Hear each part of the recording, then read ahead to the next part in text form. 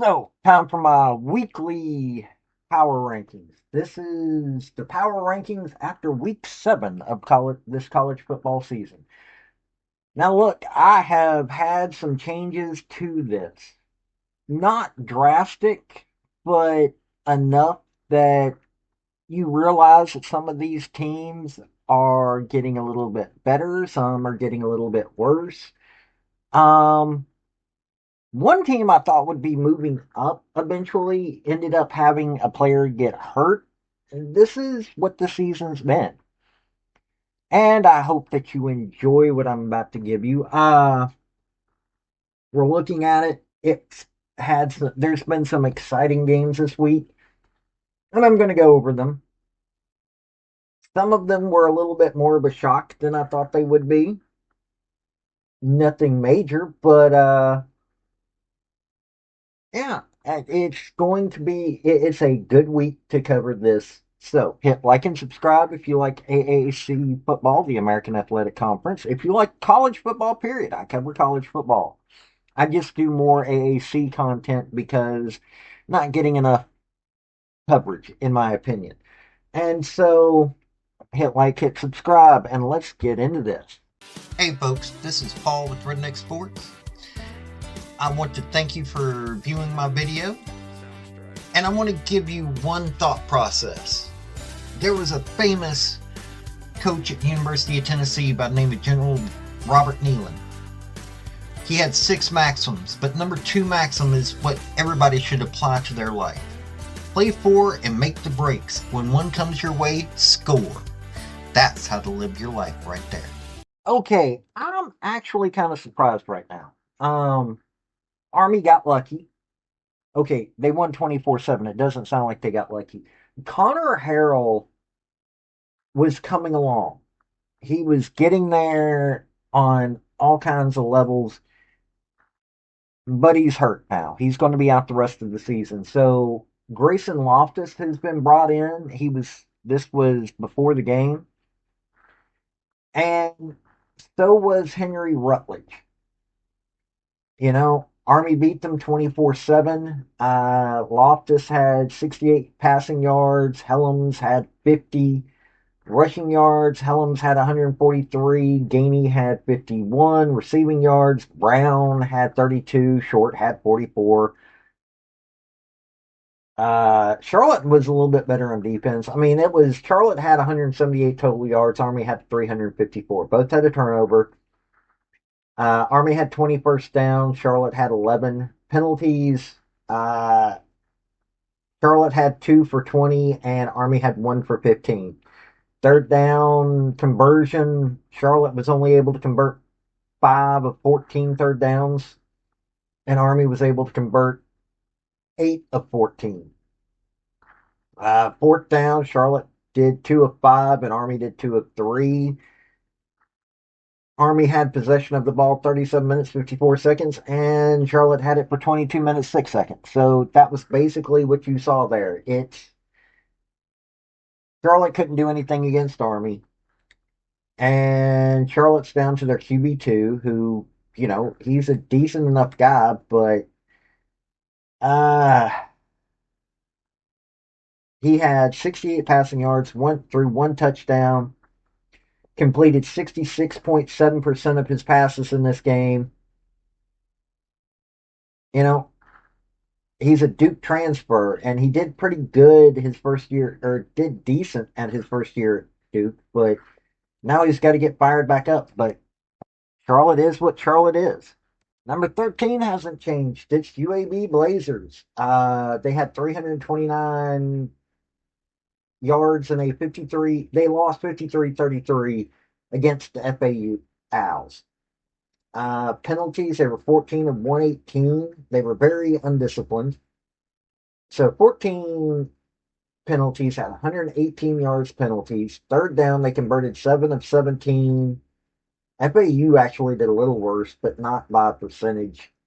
Fourth down, they were able to convert 2 of 3. Possession, they actually had the ball far more. They only scored 33. They had the ball 35 minutes, 13 seconds, and FAU had it 24-47. So this tells you, first downs were pretty comparable, 19 for 24, 329 versus 492.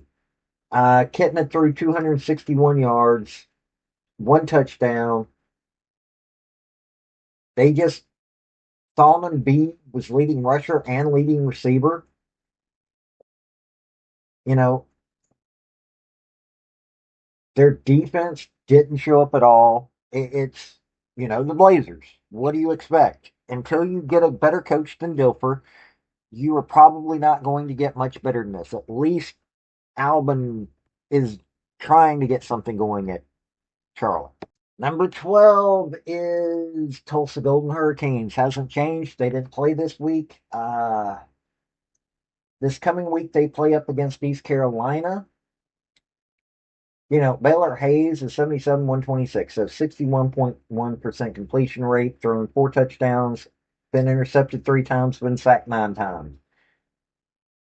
I mean, seriously, Tulsa's won 2 games, Abilene Christian and Oklahoma State.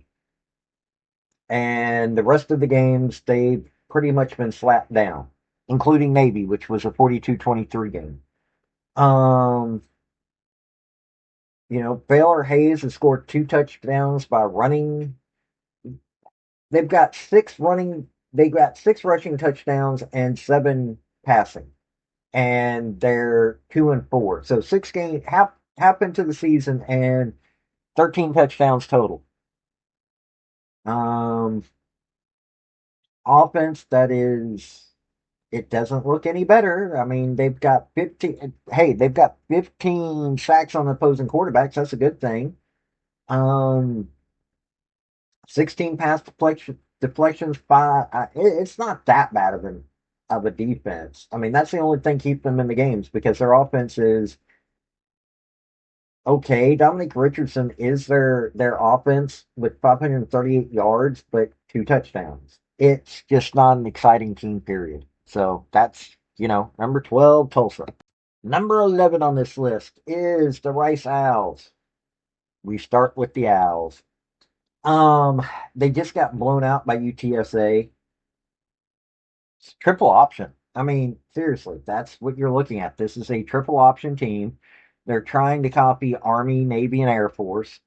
Uh, when you look at this game, Jenkins had 33 passing yards. Alexander had 129 rushing yards. Dickman had Dickman was their entire passing game. He had 2 receptions, 33 yards. Jenkins was 1 of 3. Um, Alexander had the only touchdown. They at least had a sack on the quarterback, and it was their safety. Seriously, it was the safety that got the sack. When you've got your safety having to do a sack, you've got to rearrange your offense or your defense. Awe had 5 touchdowns. Linebacker by the name of Awe. I would have loved to have called that game. Basically, Rice was just outmanned, and in all honesty,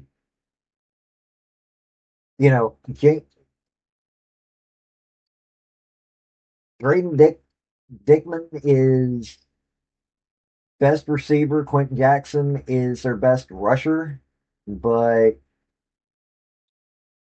uh, that's about it. It's Rice trying to be triple option, and this is what you get with the triple option team.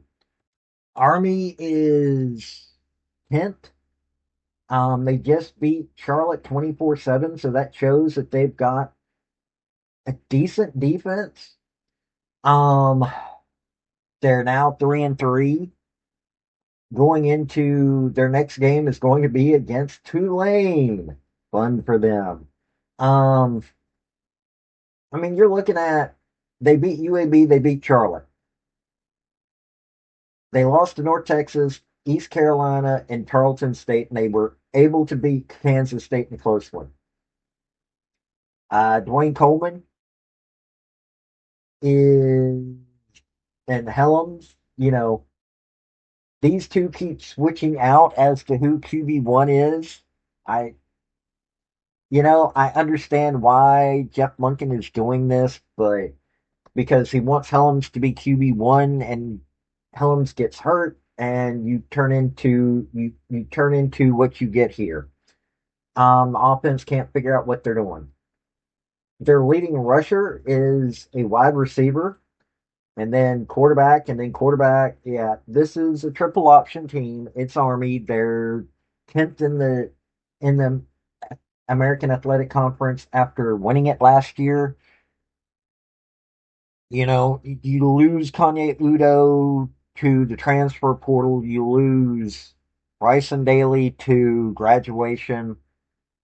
You lose so many good players to graduation. You've got to figure out who you are. This is who they are this year. So, number 9 is FAU Owls. They've beaten Rice. They've beaten UAB. Now, they pretty much blew out UAB, but that was a decently close one again at Rice. Lost to Memphis 55-26. FIU beat them. That's a rivalry game right there. They lost to Maryland and beat Florida A&M pretty well. It's, it is what it is. Caden built camp, doing what he needs to do. Jamari Sands is doing what he needs to do. If you haven't heard either one of these guys, then you're missing out. And then on top of that, you got Easton Messer, who, even though he's not got that many touchdowns, hey, the man is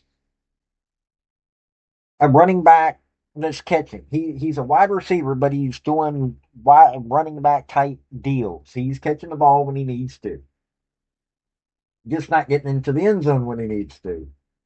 Rashad Wasim's doing what he needs to, though. He's got 4 touchdowns. I mean, it's not a bad team at all. They've got a good offense that just is overpowered by so many of the teams ahead of them. FAU's is a good team. Defense is not bad. It's not good, but it's not bad.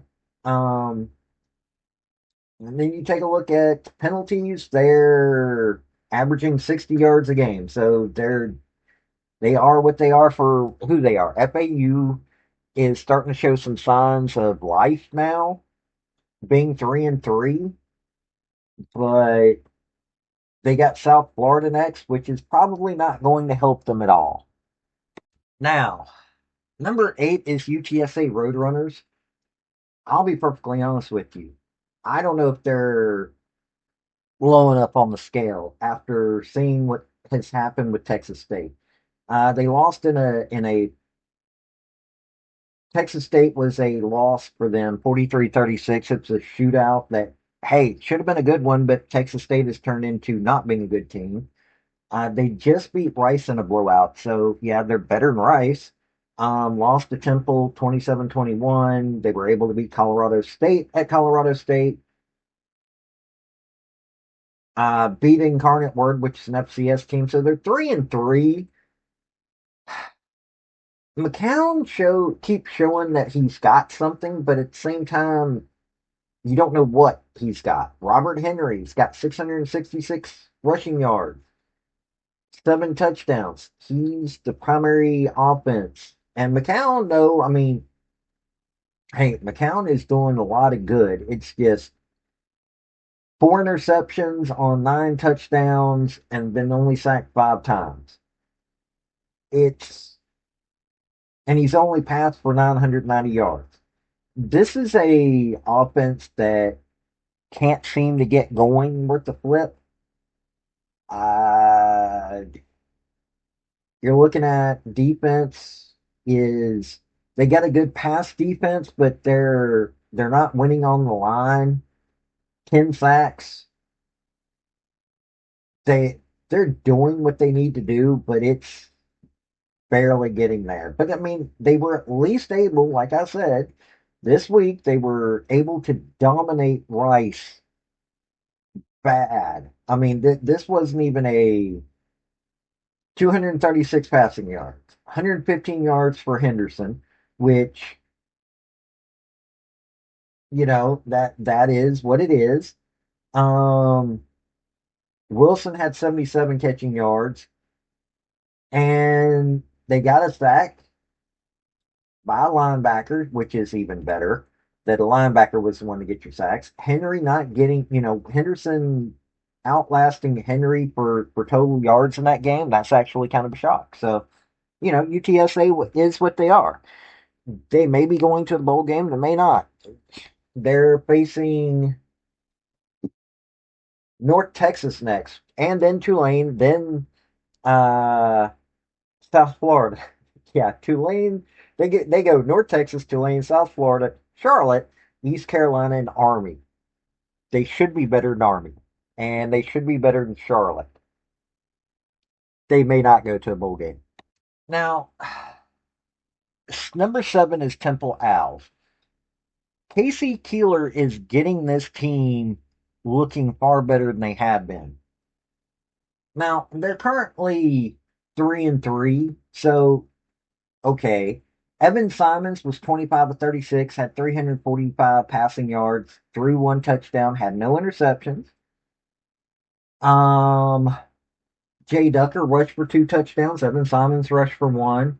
And then Jojo Bermudez caught a touchdown. So, about like what you would think looking at the regular stats. Um, Unfortunately, Evan Simons also fumbled and lost one. Uh, they were able to have 2 tackles for losses and a sack. Deflected one pass. It's Navy. Deflecting any pass is going to be fun. No interceptions. Had a 25-yard kick return. 2 punt returns along a 17. It is what it is. They were 1 of 2 on field goals. That might have been helpful considering they lost by 1 point. Yeah, Carl Harden, their kicker, had 2 field goals, missed one. So that would have been a whole lot different of a situation. So special teams, they were showing that they are a good team, just not a great team. They're, you know, not bad on penalties, 28 of 289, 57 yards per game. Their defense not winning at the line all that well. They got 5 interceptions, but their pass defense isn't that bad. Um, Casey Keeler's turning it around. Evan Simon is needing to get his head going, but this guy came from Rutgers and went to Temple, so that's what that is. But Casey Keeler, I think, is doing a far better job of getting them going than Tim Albin is at Charlotte. I really do like what's going on here. But then again, though, Casey Keeler's got how many national championships? So, yeah. Number 6 is Navy. I actually dropped them down one. Um, but let me tell you something. They're undefeated. They're 6-0. They just became bowl qualified in this game against Temple. Um, Beat BMI, beat UAB, beat Tulsa, beat Rice, beat Air Force, beat Temple. So they're 4-0 in the conference. Right now, technically, they're the best team in the conference. They got they've got a week off and heading to FAU. It is what it is. You've got Horvath, Heidenreich, Teska, Woodson, Chapman, Hutchinson on offense. You got Parker, Pierce, Robinson, Willis on defense. I mean, that's basically what you've got. You've got an academy team that has the right offense to be too confusing for anybody to deal with. They're keeping their penalties are a little bit higher than they should be for an academy team. They're at 61 yards per game, 34 so far this season. But Mark Anthony Parker's got 40 tackles. They've got 3 interceptions, only 13. They've only got 13 sacks. For a team like this, or for what you need, that's not bad, that's not good. But Blake Horvath's got 839 passing yards. He's also got 485 rushing yards, 6 touchdowns. They got 19 touchdowns on the ground, 6 up through the air. But they do have 3 interceptions. Um, It is what it is. This is Navy being Navy, and Newberry has got this team headed in the right direction. That's the only thing I can tell you. That this is a good team that right now, I don't know. I don't think they're better than East Carolina after what East Carolina did to Tulane or did versus Tulane. Nor do I think that they're better than Memphis, South Florida, or North Texas. So, but it's still a good team. So, number 5, I've got the East Carolina Pirates. Now, they don't have a Power Four win. Let's start that out. They do not have a Power Four win. They went to NC State, played a close one, but still lost by a touchdown.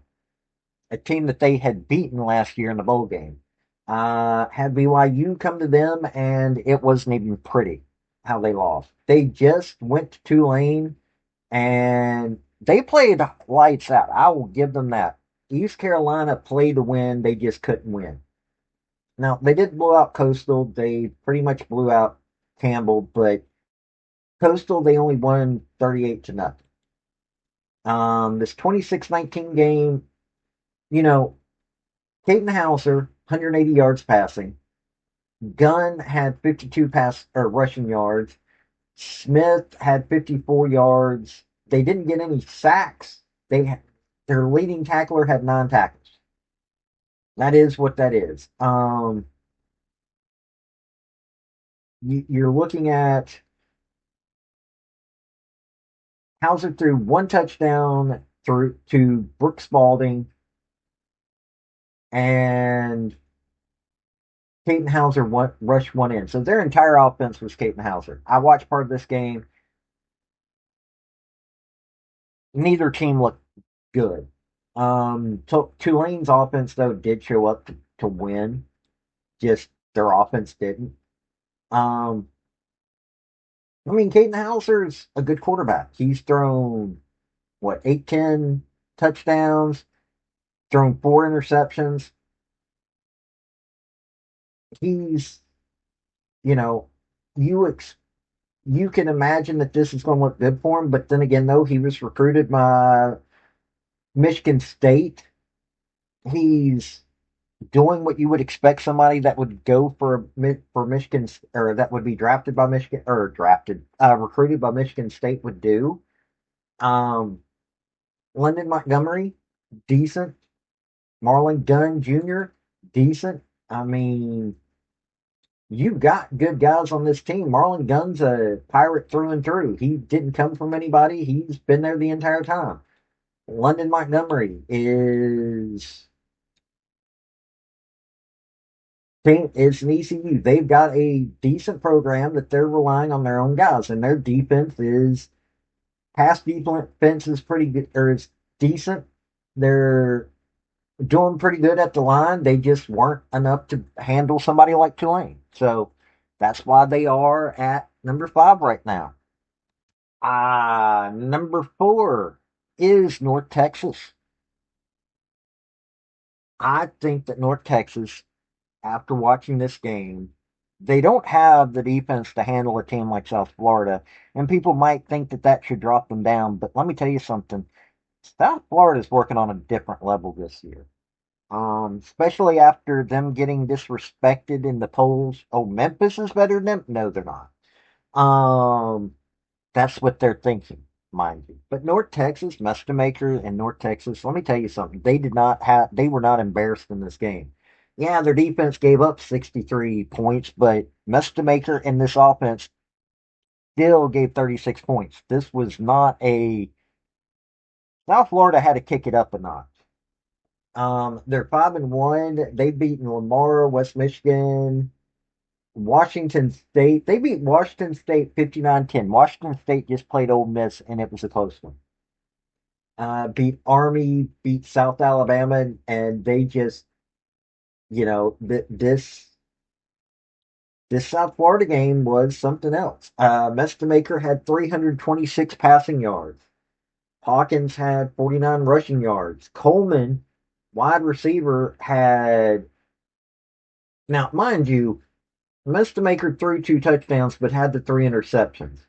but this was more South Florida defense than anything else.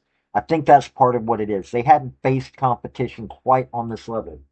And I told you that. That would be part of the deciding factor. Hawkins, 15 carries, unfortunately wasn't able to get into the he only had 49 yards that way because, well, South Florida defense. Um, Coleman, one touchdown, seven receptions, 101 yards. They got a sack on Brown. Jones had 10 tackles. I mean, it was not a bad game. Actually, it was beyond a good game.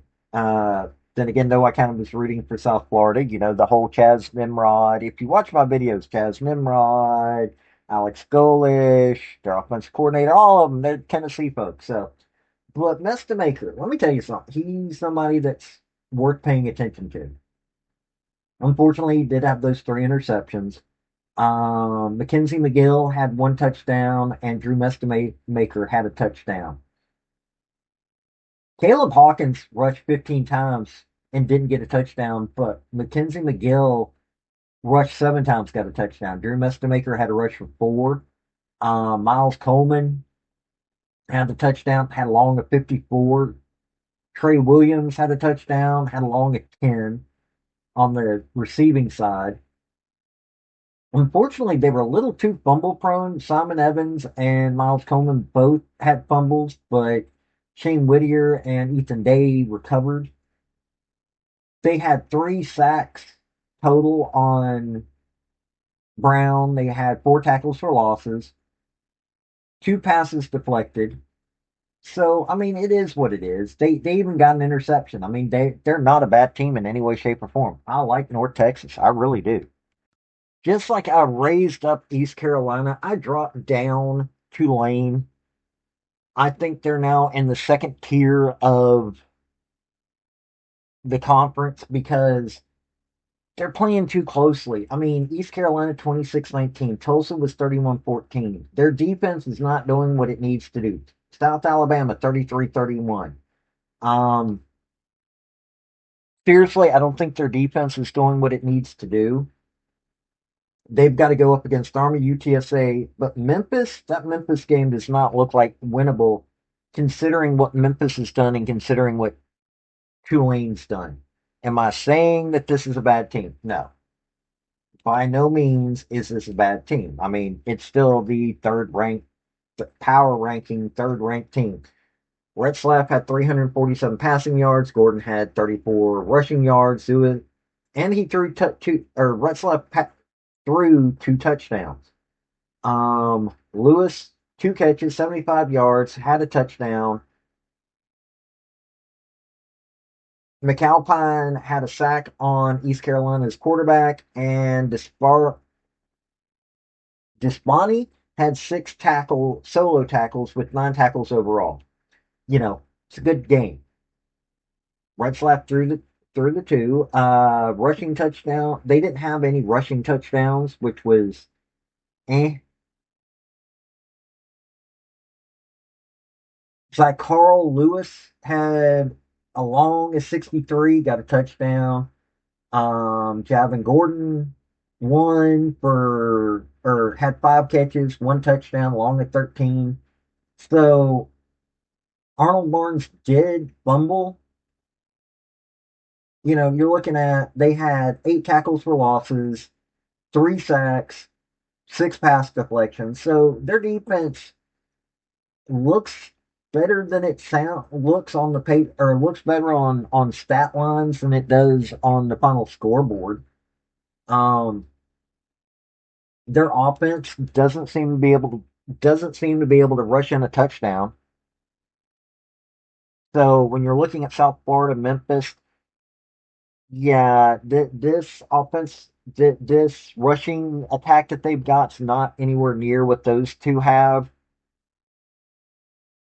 Retzlaff is what Retzlaff is. I mean, he didn't do what you would think that Retzlaff would do on a normal basis. He's still third leading rusher, but you know what they're fixing to face against Memphis. They don't face South Florida, but what they're fixing to face against Memphis is going to be interesting. Um, Now, I think that they're going to go 10-2 this year. I really do. I think that they're going to go 10-2. They face Charlotte, Temple, FAU, Army, and UTSA other than Memphis. So this should be, they'll be bowl qualified probably next week. Memphis rose. They didn't even play this week. They rose in the power rankings because Tulane just is showing less than. They're bowl qualified, the first bowl qualified team of all of college football. They've beaten Troy, Arkansas, FAU, Tulsa, Georgia State, and Chattanooga. That's the only reason why that they're not higher on, or why that they power rankings wise, because of the competition that they face. Now, mind you, next week is going to be, they're going to UAB, but they have the week after that, they've got South Florida coming to them. So they face South Florida, Tulane, and Navy. They have UAB, Rice, and they have South Florida, Tulane, East Carolina, and Navy. So they're facing the best of the conference. Um, so they have to Brendan Lewis. Brendan Lewis is 149.3 rating. He's 68.2% completion rate. 1,269 yards, thrown 8 touchdowns, 4 interceptions, been sacked 12 times. So their offensive line is their major weakness in this. Sutton Smith, 454 rushing yards on 70 carries. Brendan Lewis has got 79 carries on 425 yards. Between them, they have 13 rushing touchdowns and 8 passing touchdowns from Brendan Lewis. This is a good deep or good offense. 11 sacks, that can be a weakness. But they do have 6 forced fumbles and 3 fumble recoveries, which is a good thing. They've got 2 touchdowns that they've returned. Their pass defense is scary. They're, they're okay on the line. Their offensive line could be a lot better. Considering who they played, their offensive line could be a lot better. Rushing, they've got 1,432 rushing yards, 1,269 passing yards. You know, they're not a bad team at all. Silverfield has got a monster team, and they deserve to be in the second spot because they're winning when they need to win. But here's where the thing is. They're facing the top teams in the conference. They've got South Florida, Tulane, North. They don't face Texas, but they face East Carolina and Navy. At any point they slip up, yeah. But I don't think Silverfield's going to allow it. He knows what he's doing, and this is a team that knows what it's doing. Um, but yeah, that's what we're looking at, and so that's the number 2 team in the AAC. Number 1 team in the AAC is South Florida, and dear Lord, did they show it when it came to North Texas. Now, they went to North Texas and beat them 63-36. North Texas was showing out, but Ryan Brown threw 3 touchdowns, 1 interception, 245 yards, 22 of 28. He was also leading rusher, getting 2 touchdowns by rushing, 82 yards. Kroger was leading receiver, and he got 2 of the touchdowns, 94 yards. Merrifield got a sack on Mustamaker. Ward got 14 tackles in there. You're looking at this game. Byron Brown threw 3 touchdowns, had 1 interception. Christian Neptune threw 1 touchdown because, of course, you're going to bring him in. Byron Brown had 82 rushing yards, 2 touchdowns. Sam Franklin had a touchdown. Cole Skinner got a touchdown by rushing. All those were by rushing. Jeremiah Kroger, 2 touchdowns. Kashawn Singleton, 1 touchdown. Chaz Nimrod got 45 yards, but he only got 4 catches. He had 4 catches, 45 yards. They were watching him. Everybody's starting to figure out Chaz Nimrod's the person to watch. But Jeremiah Kroger got 4 catches, 94 yards, long as 63. Deshaun Singleton got that 1 touchdown. He had 3 catches, 29-yard long run. And Jonathan Eccles, 1 catch for 2 yards and got a touchdown. 4 touchdowns through the air, 4 on the ground. Very balanced team. Now, Byron Brown did lose 2 fumbles, but Cedric Hawkins and Jalen Shuler were able to recover 2 fumbles. They got 2 sacks, 7 tackles for losses, 2 pass deflections, and 1 touchdown when it came to on their defense. Seriously, Jalen Shuler got an interception. Fred Gaskin got an interception. Jonas Duclana got an interception. This defense was showing out, even though they still got scored on by 36 points, and their offense was that much better.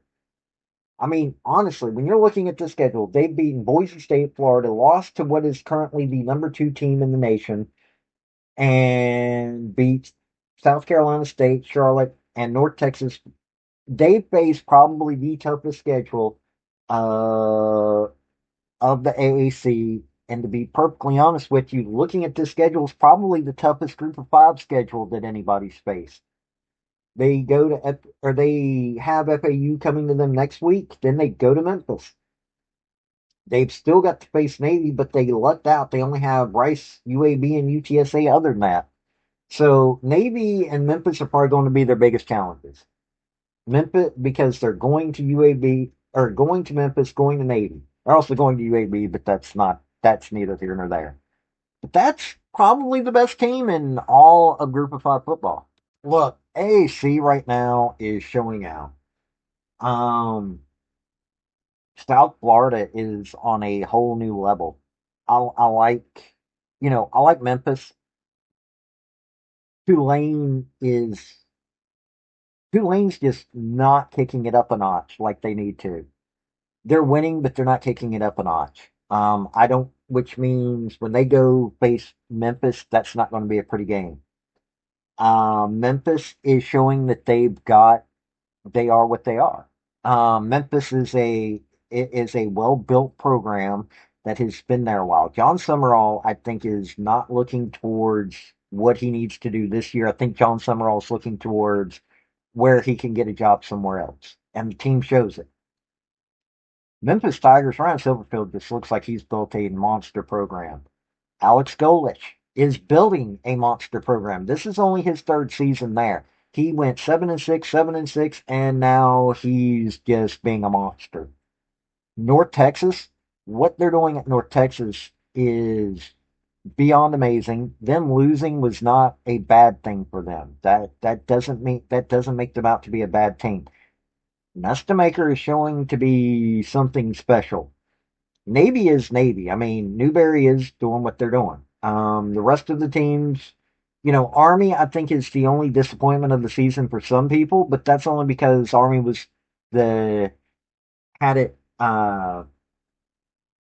the title last year, but this year they just haven't had the team to do anything past that. But they've gotten the team where they need to go. The Army's got the team going better, so you can expect to see them rise. But FAU, UTSA, and Temple, and Navy, I almost wonder if they're going to drop. But Temple, UTSA, and FAU, they're probably right where they're going to stay. And let's not even talk about Tulsa, UAB, and Charlotte. Charlotte, I thought that they were going to rise, and then they lost their quarterback. That's the situation there. So this has been Paul with Redneck Sports. Y'all have a good day now. Bye. I want to thank you for watching my video. And if you like what you saw, like, subscribe, and comment. Y'all have a good day now.